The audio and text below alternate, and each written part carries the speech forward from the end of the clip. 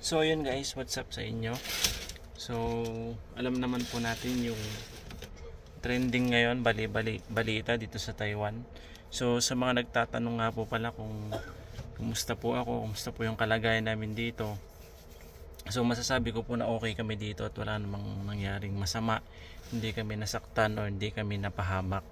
But nakakalungkot nga lang talaga na hindi namin inaasahan yung mga pangyayaring ganito dito sa Taiwan.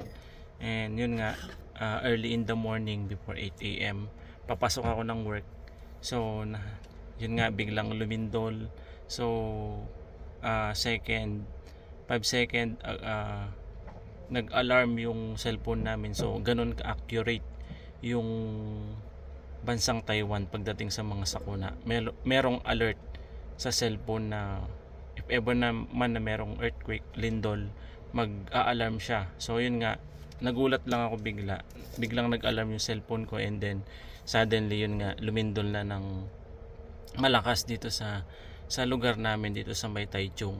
But so we are so greatly blessed na hindi ganun talaga kalakas at hindi yung Taichung ang naging sentro ng lindol. So ang naging sentro ng 7.4 something magnitude dito sa Taiwan is Hualien County.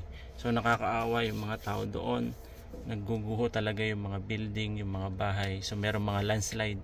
I don't know na kung meron bang nasaktan ganon. So ito, panoorin natin yung mga pangyayari doon.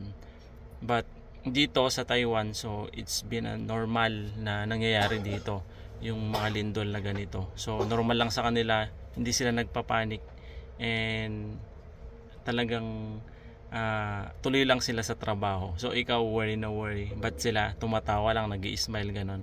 So ganon daw sila mga Taiwanese dito sa Taiwan. So yun nga, nakakatakot man, but we are safe here, and don't worry, okay naman po kami dito. So panoorin po natin yung mga clips, yung mga video na nangyari dito sa Taiwan sa bandang Hualien na 7 point something magnitude dito sa Taiwan. So ito po.